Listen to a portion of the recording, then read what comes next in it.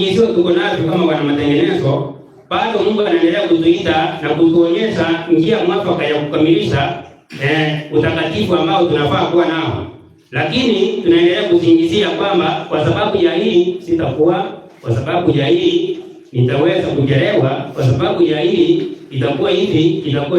Wakati unafaa kufanya kila ambacho Mungu anakuelekeza. Maana tunaposema wana matengenezo, tunafaa kutengeneze kwa matendo. Na muda ni mchache tu tuko nao. Tusome tusikie.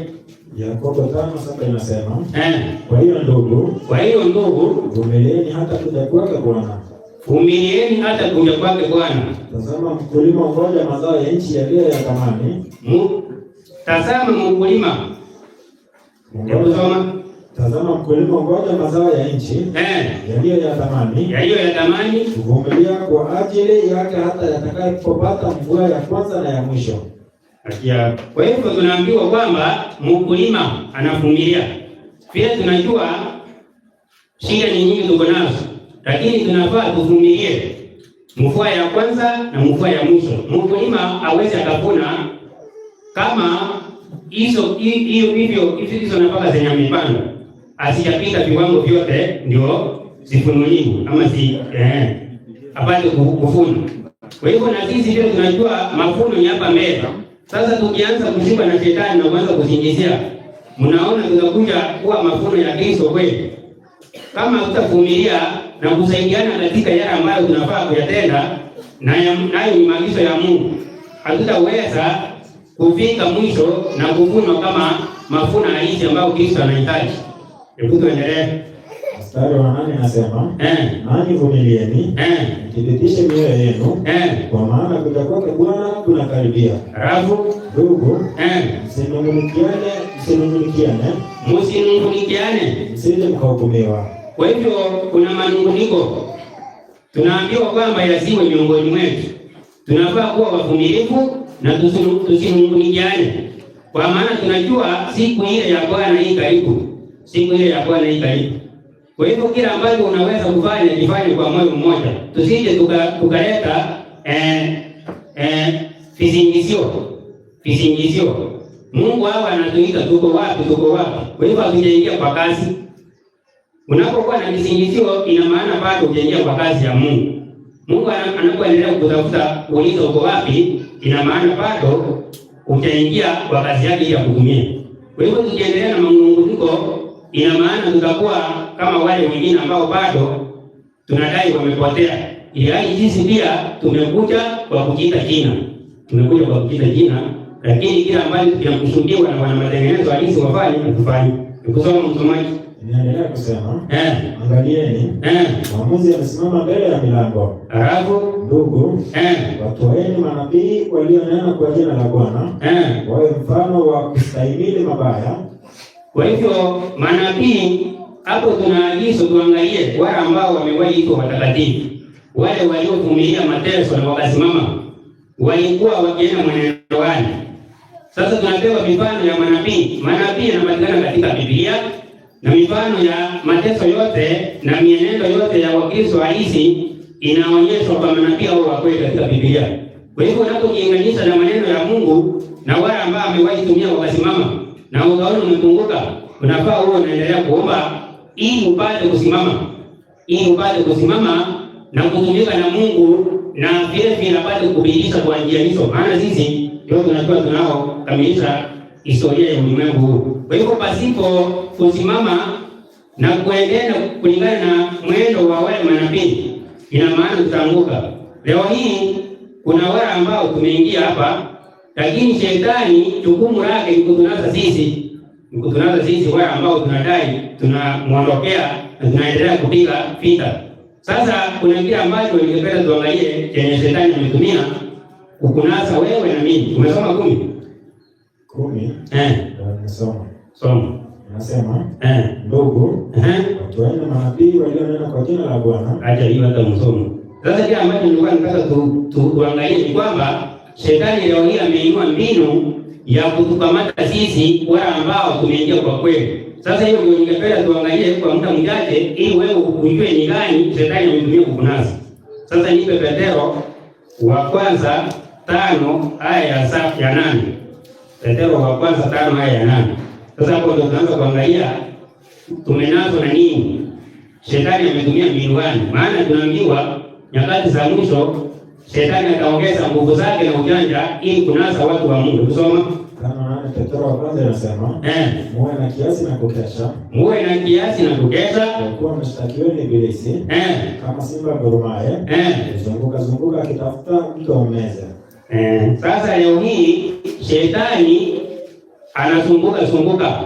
Lakini amesi wale ambao ashamesa tayari ni wale ambao wanaendelea kumkimbia. Wale ambao wanaendelea kumkimbia kama mimi na wewe. Kuna uwezekano tukue hapa, ndio nikatangulia kusema uko wapi? Uko kwa wana matengenezo hizi ama ni wale wa China? Najua sasa tunapoongelea wale wengine kwamba nomino ni wasije wa China, hata hapo kwa wana matengenezo Shetani bado kuna mbinu ya kukufanya uwe wana matengenezo wa China.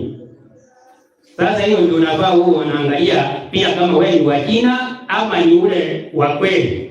Unaenda kulingana na kile ambacho umesoma. Sasa tunaambiwa ananguruma kama simba ngurumaye, amtafutari mtu ammeze. Sasa ningependa uangalie wewe amekumeza. Maana mbinu hii anatumia ndio hiyo alitumia wakati Yesu aliposhuka kama Mungu duniani. Yesu aliposhuka, Shetani alimjaribu na mambo ya dunia. Hebu nisomee 4:9 kitabu cha Mathayo. Ndio tuanze kuangalia kila mmoja amemezwa na gani? Kila mmoja amemezwa na gani? Maana Shetani katika roho ya nabii kwamba siku za mwisho atatumia mbinu kubwa ili kunasa watu wa Mungu. Tusome tusikie. Akamwambia, haya yote nitakupa ukianguka kunisujudia. Haya yote nitakupa ukianguka kunisujudia.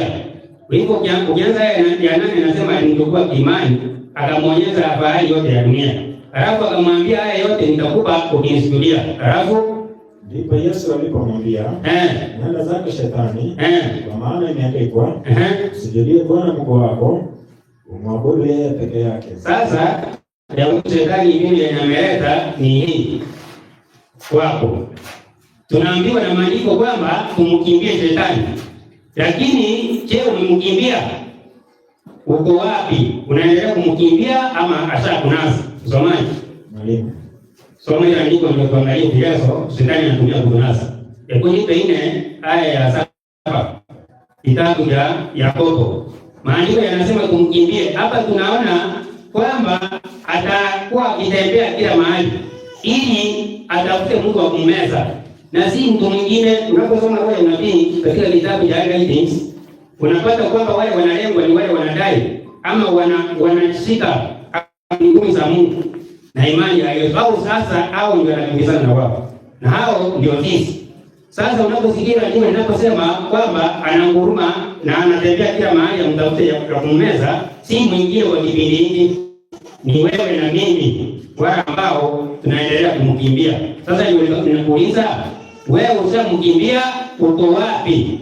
Bado unafanya kazi na Mungu ama unafanya na Shetani? Mungu anaendelea kukuuliza ama anaendelea kukupatia sauti kwamba uko wapi? Hebu sasa soma hiyo tusikie. Tena saba Yakobo anasema, basi mtiini Mungu. Basi mtiini Mungu. Mpingeni Shetani. Mpingeni Shetani. Naye atawakimbia. Naye atawakimbia. Kwa hivyo ina maana kwamba lazima kwanza tumpinge Shetani ndiye atukimbie. Tunampinga aje? Kwa kutii sauti ya Mungu. Lakini ikiwa Mungu anakuonyesha yale ambayo umerejea kwake na wewe unaleta kisingizio kwa sababu ya hii na hii, sasa hapo itakuwa bado kuna Shetani. Hapo unakuwa unaendelea kumtumikia Shetani. Lakini kama utatii sauti ya Mungu na ufanye kulingana na hii ambayo Mungu ameagiza, ina maana utakuwa umemkimbia Shetani.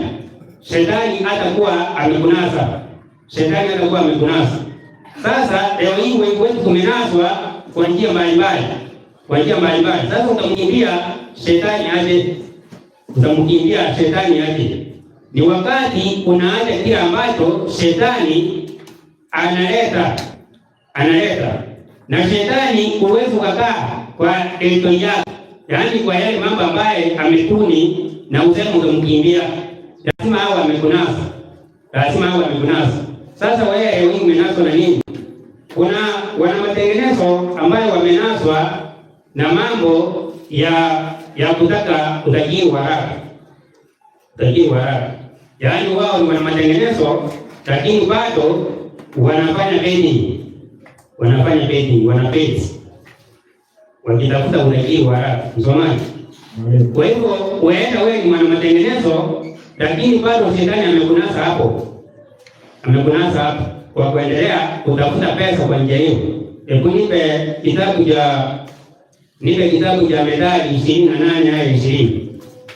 Kwa hivyo wewe unaweza kuwa mwana matengenezo lakini shetani amekunasa kwa njia hiyo ya kuendelea kufanya betting. Kusoma inasema mtu mwaminifu atakuwa na baraka tele, lakini afanyaye haraka kuwa tajiri akosi adhibiwa. Afanyaye haraka kuwa tajiri akosi kuadhibiwa. Kwa hivyo Mungu ana utaratibu wake kwa kukutajirisha wewe, na tunasoma kwamba tajiri ni yule ambaye amejua ukweli wa Mungu. Katika kitabu kile cha Wakolosai 2:2 tunaambiwa kwamba unapofahamu mambo ya Kristo wewe ni tajiri. Lakini sasa utajiri unaozungumziwa hapo ni wa mambo ya dunia, mambo ya dunia. Na shetani pale nyuma tunaona anaambia Yesu kwamba akimwangukia ili amwabudu atampa yote. Kwa hivyo shetani leo hii anakunasa kwa mbinu hiyo kwamba wewe tafuta hii na hii ili uwe hivi. Kwa hivyo analeta mambo ya betting. Ukiangukia hapo hapa ameshakunasa tayari. Kwa hivyo ni jaribu ile tu ya Yesu lakini ameileta kwa njia tofauti. Tusome 22 hapo. 22 nasema mwenye usudi afanye haraka kuwa tajiri, wala ufikiri uhitaji utakaomjilia.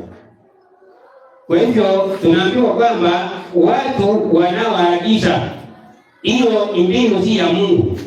Hiyo mbinu si ya Mungu. Hiyo ni ya shetani, maana yeye ndiye alidai tangu alipomjaribu mwana wa Mungu. Kwa hivyo wewe ni mwana matengenezo lakini shida hiyo ama shetani amekunasa kwa njia hiyo. Shetani amekunasa kwa njia hiyo. Maana ile andiko tulisoma linasema mkimbieni shetani. Mkimbieni shetani. Kuna wengine nao ni wanawake, wanaume. Tunaishi maisha ya kidunia. Maisha ya kidunia. Wewe ni mwanaume na kwa sababu shetani nguvu zake siku zote anaziweka kwa vitu ambavyo vinaonekana kwa njia ya kutamani ama ya mfuto. Sasa hivi mkimbie shetani, lazima kwanza ujitenge na yale ambayo ameponi yako miongoni mwako. Yako miongoni mwako. Wenda hapa kuna wenye wamenaswa na mambo ya silaha. Wanajaribu kujinasua hawawezi. Lakini bila andiko lilisema mkimbie shetani. Sasa wewe nikuulize swali. Tunajua leo hii maraya wako kila sehemu. Sasa hapo hiyo inalenga wanaume. Maraya wako kila mahali, maana Biblia inasema maraya ni wale wanavaa nusu uchi. Na tangu mwanzo tulipoanza kabla ya huu maraya mwingine mpaka vijijini, tulikuwa tunasikia wanakaanga tauni. Tulipotembea tauni tukaona pia wanavaa. Sasa Biblia inashauri kwamba usimkaribie huyo. Lakini wewe tupate ni mwanaume na unakaa ama unaishi tendo ya maraya.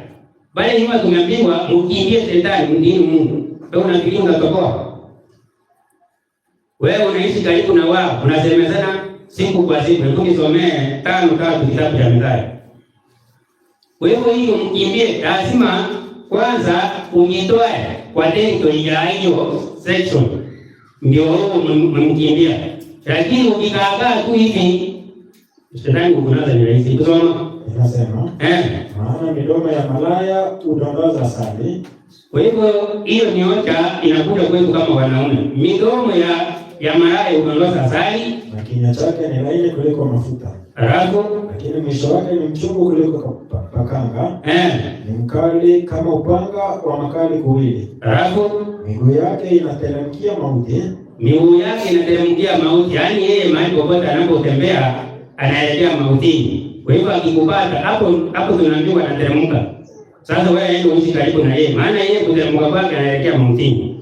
Sasa ukikaa kwa tendo yao itakuwa ni shida. Endelea tusikie vile nasema. Hatua zake zinashikamana na kuzimu.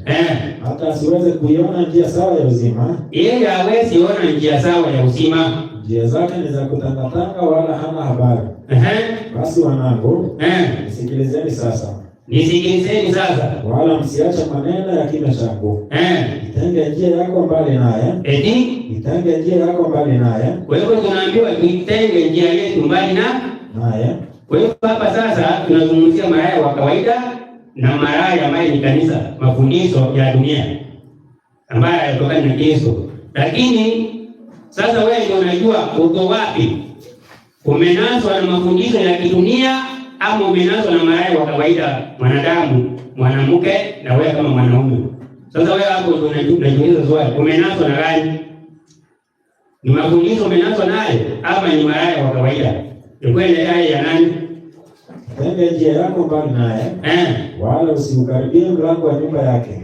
Hapo unasoma haya ya nani? Ni sawa. Kwa hiyo hapo tunaona lazima tujitenge ndio tupone. Pia andiko linasema kule nyuma kwamba mkimbie shetani naye atawakimbia. Lakini pia kufanya juhudi hizo tukiendelea kudai sisi wana matengenezo, tunajua kuna dhambi ambazo sisi hatuzioni. Na tunaambiwa kwamba hatukosi kujua fikra za shetani.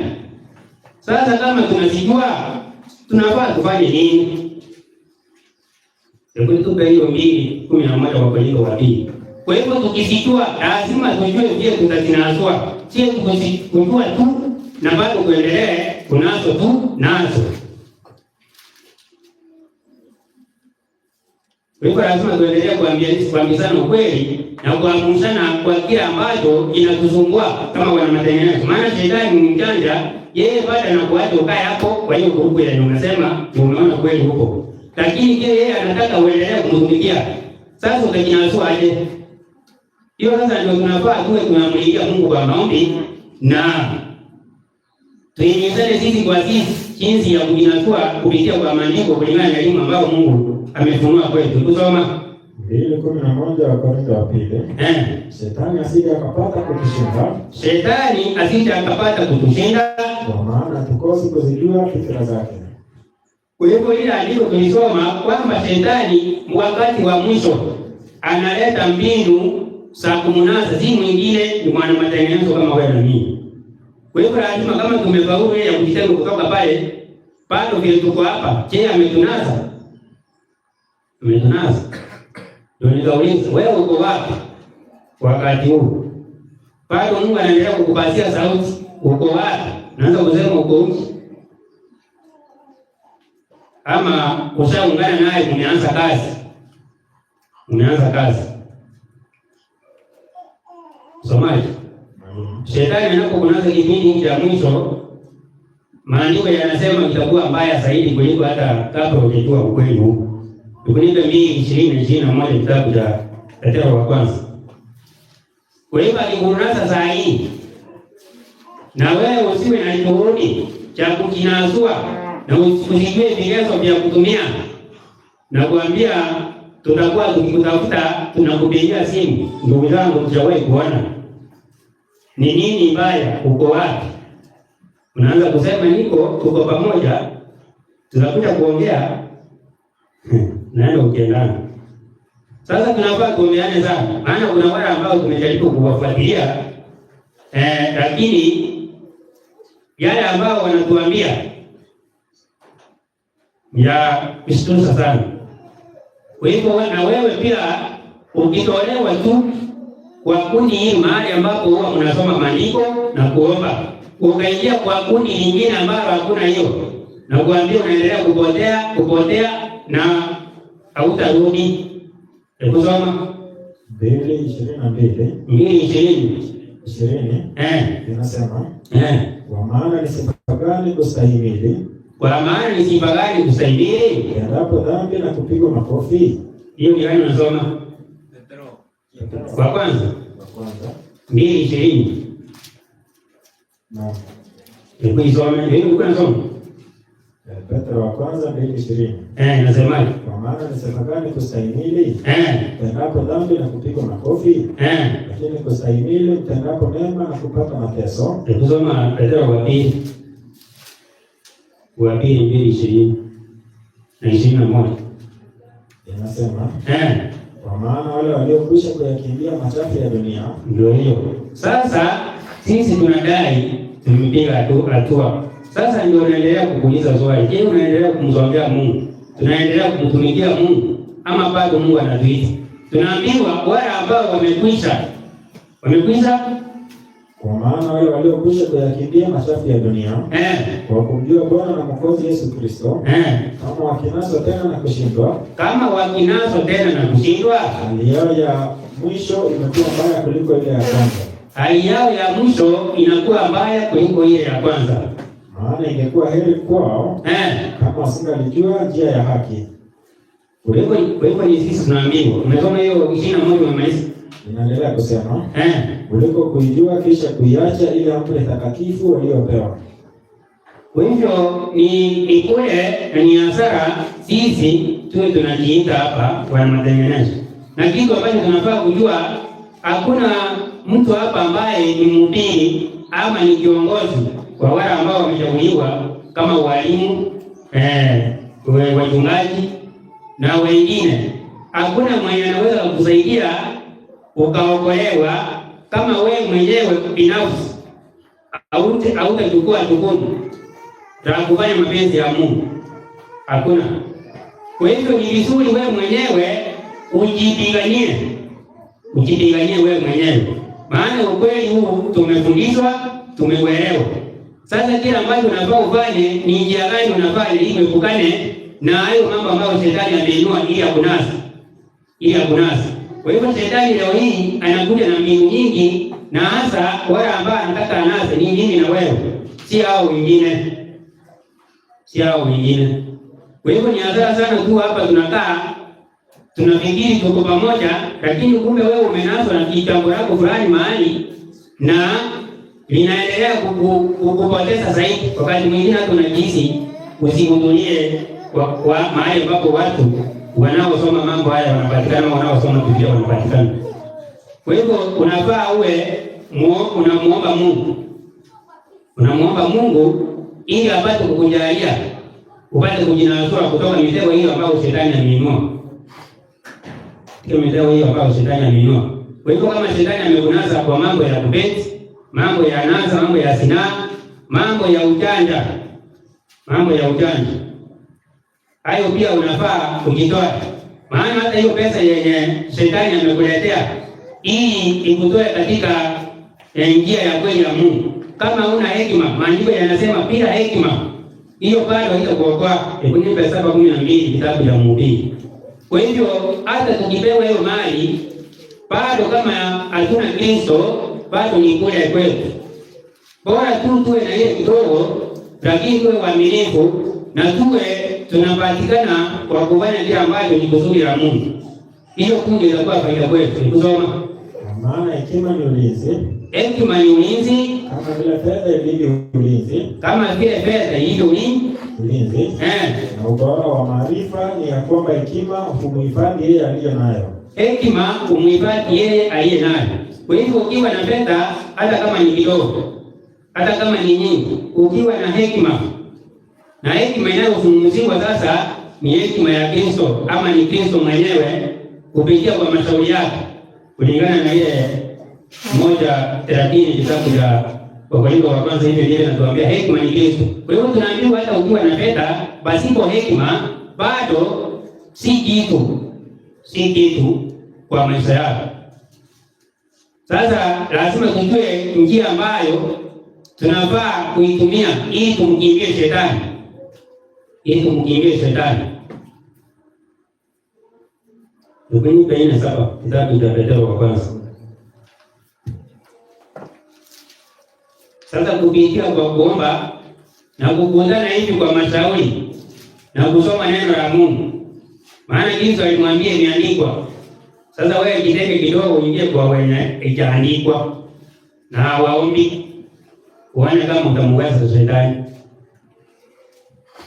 Kusoma inasema Petro wa kwanza anasema lakini mwisho wa mambo yote umekaribia. Lakini mwisho wa mambo yote imekaribia.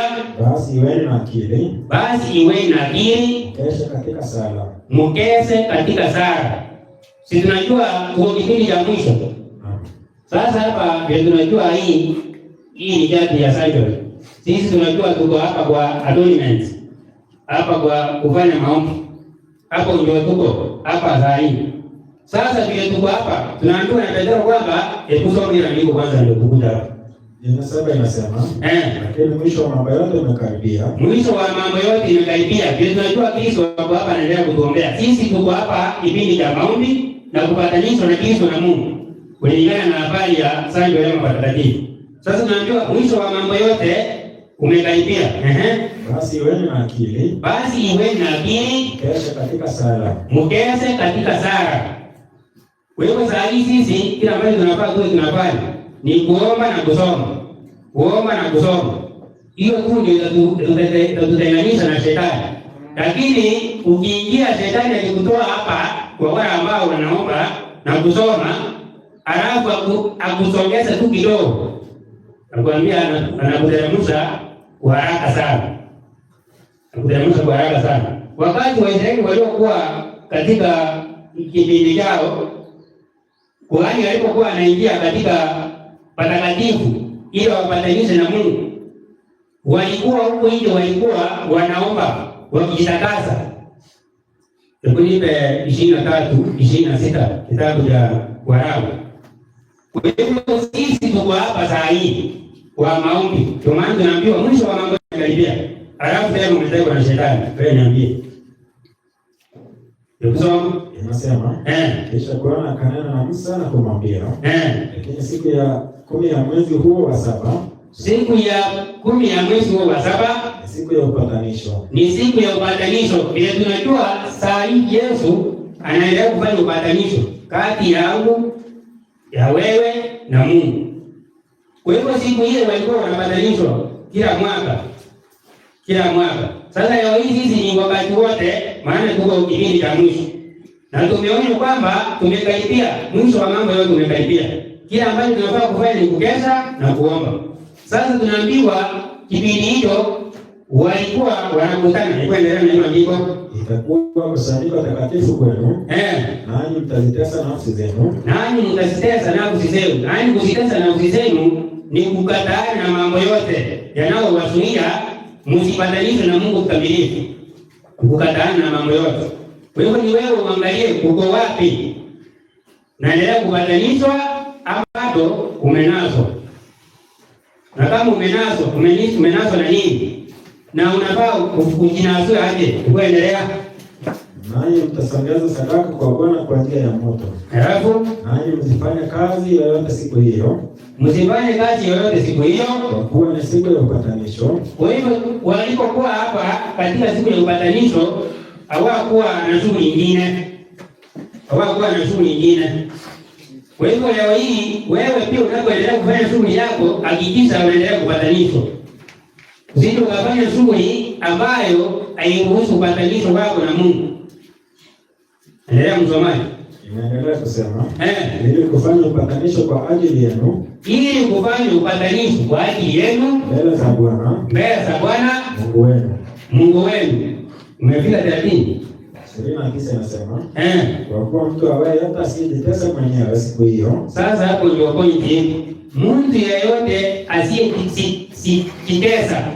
asiyejitesa. Ndio ninakwambia hapa, mchungaji, mwalimu aweza kukusaidia.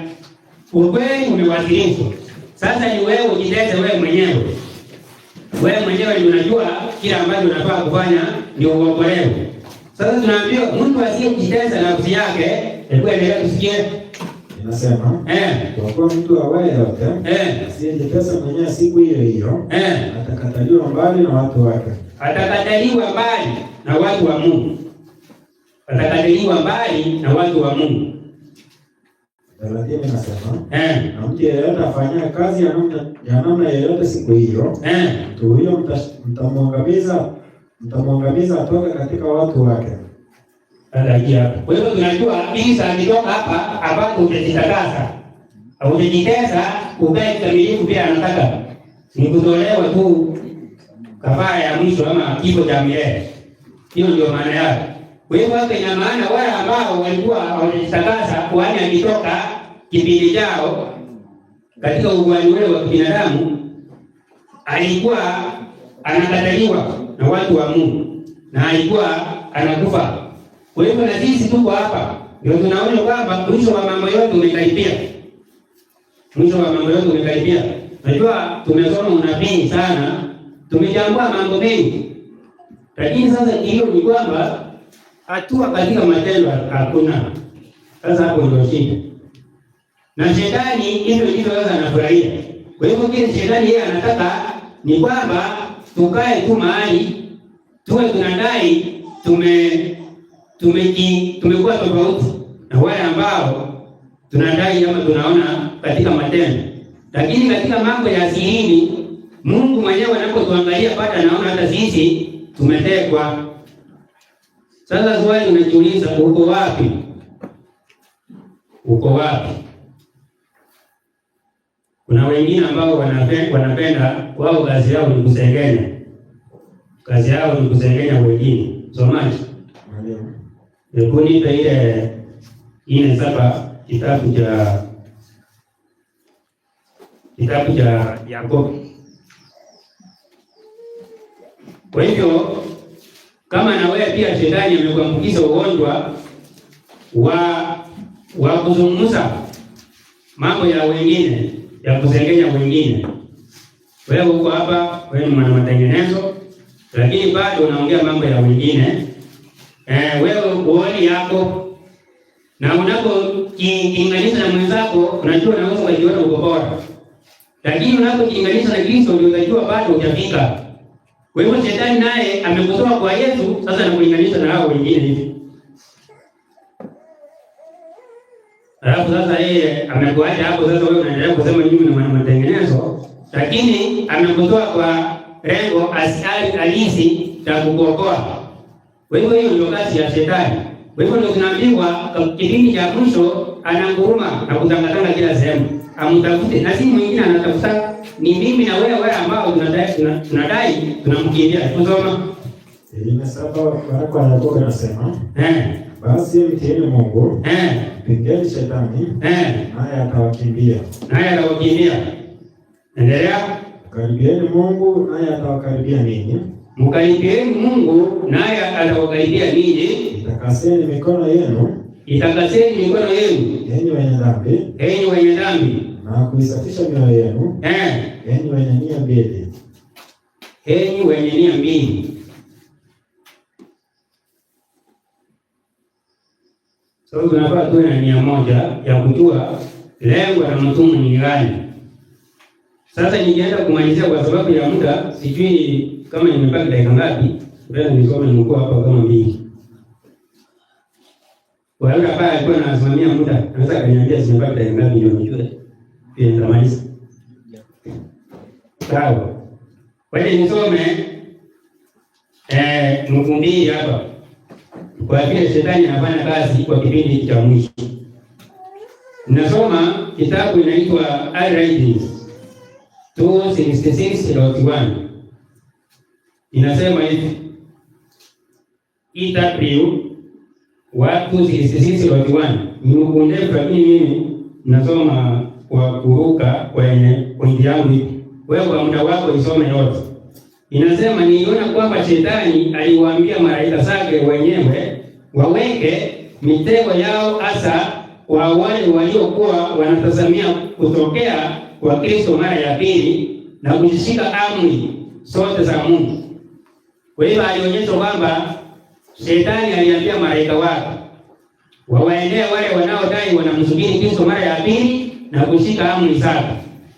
Sasa aliwaambia nini? Aliwaambia nini? Shetani aliwaambia malaika zake kwamba makanisa ya Mirara. Kwanza sasa kusoma wewe niende kwa pointi yenye ningependa tuishike. Kwa hiyo kwanza hapo tunaona anatuma malaika zake kwa wale wanadai wanamsubiri Kristo mara ya pili na wanashika amri za Mungu. Vile jinsi tunasema. Lakini umenaswa na nini? Sasa nasoma hapa. Nenda ni hiyo ndugu, mimi nasoma hapa mahali hapo katikati. Inasema nenda uwafanye wamiliki wa ardhi na fedha walewe kwa wasiwasi. Ukiweza kuwafanya kuweka mapenzi yao juu ya vitu hivi, tutakuwa nao bado. Naona kwa hivyo shetani leo hii kila mmoja anatunasa nayo ni ile tu ile karibu na Yesu, lakini sasa amejeuza kwa vipengele mbalimbali. Ndio nikaleta mambo ya kubeti, mambo ya zinaa na mambo mengine mengi. Sasa hayo ndio shetani anatumia kulingana na vile anakuona kiwango chako cha Ukristo kimefika wapi.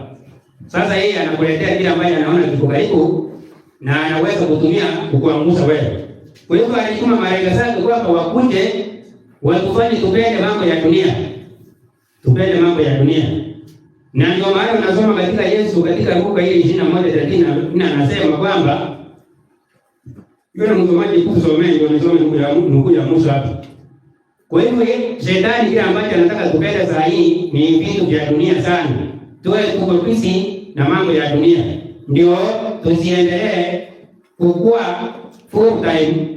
Fikira zetu zisiwe full time kwa mambo ya Kristo. Wakati mwingine tuwe tunakaa wakati mwingi kwa mambo ya dunia.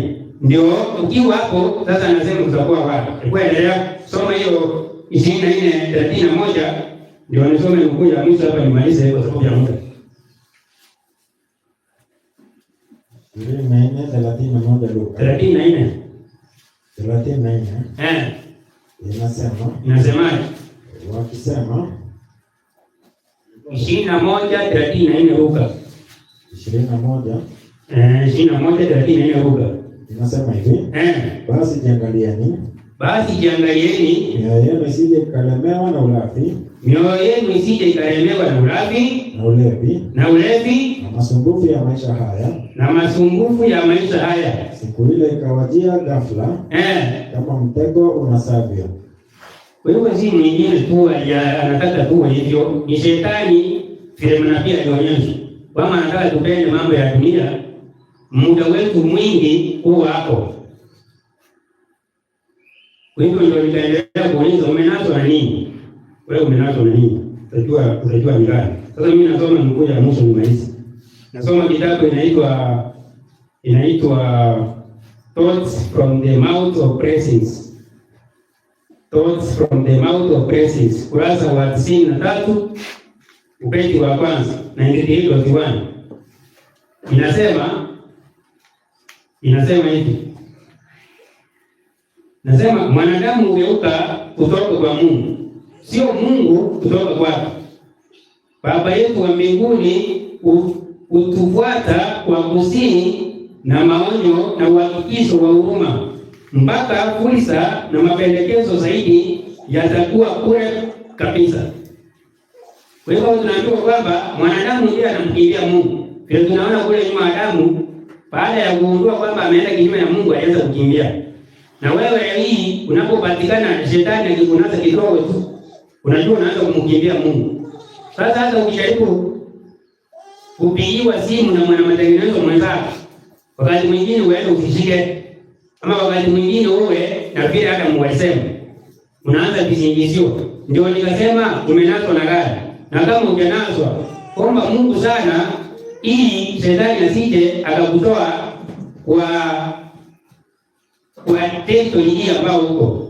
Maana akikutoa kidogo tu, hapo sasa ndio umeanza kuenda ukendana. Maana ndugu hii inasema inaendelea kusema kwamba wajibu ni wa mwenye dhambi. Wajibu ni wa mwenye dhambi.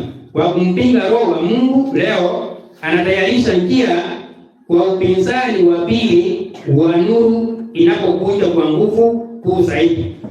Kwa hivyo unapopinga kigezo cha kwanza cha Mungu, yani shetani akifanikiwa akutoe katika sehemu ama step moja ambayo ulikuwa umepiga kumwelekea Mungu, akikutoa tu urudi nyuma kidogo. Sasa hapa anaanza kukuweka tena fikra za kukutayarisha ili nuru nyingine inapokuja tena uwe na kitu cha kuipinga. Hiyo ndivyo Mungu anasema. Kwa hivyo Mungu yeye anaendelea kutafuta mpaka pale ambapo anaona Sasa hapa hakuna hata kale kanuru ulikuwa kadogo, hata kao kametoka kwa moyo wao. Sasa akishatoka hata yeye sasa anakuacha. Lakini as long as you have that red right in your heart, bado Mungu anatumia hilo kuendelea kukuzungumza nalo. Lakini kule tu unaendelea kupinga mpaka yote yaishe ya Mungu alikuwa ngoja niendelee kusoma hii. Inasema hivyo yeye hupita kutoka hatua moja ya upinzani hadi nyingine mpaka hatimaye nuru itashindwa kufutia na atakoma kuitikia kwa kipimo chochote kwa roho ya Mungu. Naona. Kwa hivyo niliposoma hii ndio nikajua kwamba hata hao wenzetu ambao wamerudi nyuma, tunapojaribu kuwatafuta wanaanza kutoa vijisababu. Ndio nikakuja kugundua kumbe ni shetani tu ndiye amekutoa kwa step moja ambayo ulikuwa umepiga kumwelekea Mungu. Sasa unapoanza kugurudisha nyuma, anakuwa anakutayarisha kunde vile utakapokabiliana na ya pili, ya tatu, mpaka sasa yaani watu wanapoendelea kuzungumza sasa wao wanaanza kuona ni hadithi kila ambacho walikuwa naamini kweli. Sasa ukiona watu wanasema ni wana matengenezo wanahubiri ukweli, sasa lakini wewe unaanza kuona kama si kitu, hii ni kitu cha kawaida. Hiyo ni shetani tu amepanga hivyo. Kwa hivyo ombi yangu ni kwamba omba Mungu akupe nguvu na uwezo. Maana Petro alituonya kwamba wale ambao wameshajua ukweli na wakanaswa baadaye wanakuwa wabaya kuliko vile walikuwa huko mwanzo. Sasa uko wapi? Umenaswa na jambo gani? Je, unaendelea kwenda nyuma ili mpaka ile nuru kidogo ikutoke Mungu aachane nawe, ama unaendelea kupiga hatua katika habari za Mungu na katika vigezo ambavyo Mungu amekuonyesha? Kwa hivyo mimi ningependa kuachia hapa. Wewe mwenyewe ndio utaendelea kujishauri. Uko katika mtego gani wa shetani? Katika mtego gani wa shetani? Na hiyo ndio wazo la siku ya leo katika kipindi cha kwanza. Ningependa tuombe tumalize.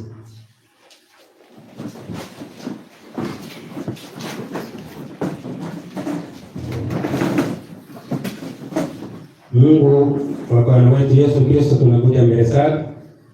Sisi ni wenye dhambi, tunahitaji nguvu na uwezo wa kushindana na dhambi. Tumesoma maandiko yako, yametuonyesha kipindi ambacho tunaishi. Umetuonyesha njia ambazo tunafaa kuzitumia ili tuepukane na mambo ya shetani. Mungu, tunaomba upate kutupea nguvu. Usituache wale ambao tunatia bidii katika kutafuta uso wako. Endelea kuwa nasi, endelea kutuongoza, na tumia kila mmoja wetu kukumbushana na kuonyana ili tuendelee kupiga hatua na kujua kule ambako tumeanguka. Tujalie sote, maana kila mmoja wetu akona kile ambacho shetani imemzuia ama ni mnasa kwacho ambacho wengi wetu pengine hatukijui. Mungu anapokuja mbele zako, tunaomba upate kumsikia, upate kumpa nguvu na kumpa uwezo na muda wa kusoma neno lako na kuomba, maana hiyo ndilo jambo la muhimu na kazi ya Mungu ambao tunafaa kufanya kwa kipindi hiki. Tunapoendelea na vipindi vyote tangu saa hii mpaka mwisho na maisha yetu ambayo yamepata kuishi katika ulimwengu huu, Mungu tunaomba uwe kiongozi wetu. Tuendelee kutuongoza, na wote ambao wataingia hapa leo hii kwa sababu ya shida mbalimbali, tunajua kwamba wewe uko na njia nyingi za kufikia watu wao. Tufikie sote, tuimane ili tufikie ukamilifu wa mwana wako. Kwa hiyo tumeomba kupitia kwa jina la Yesu aliye mwombezi wetu.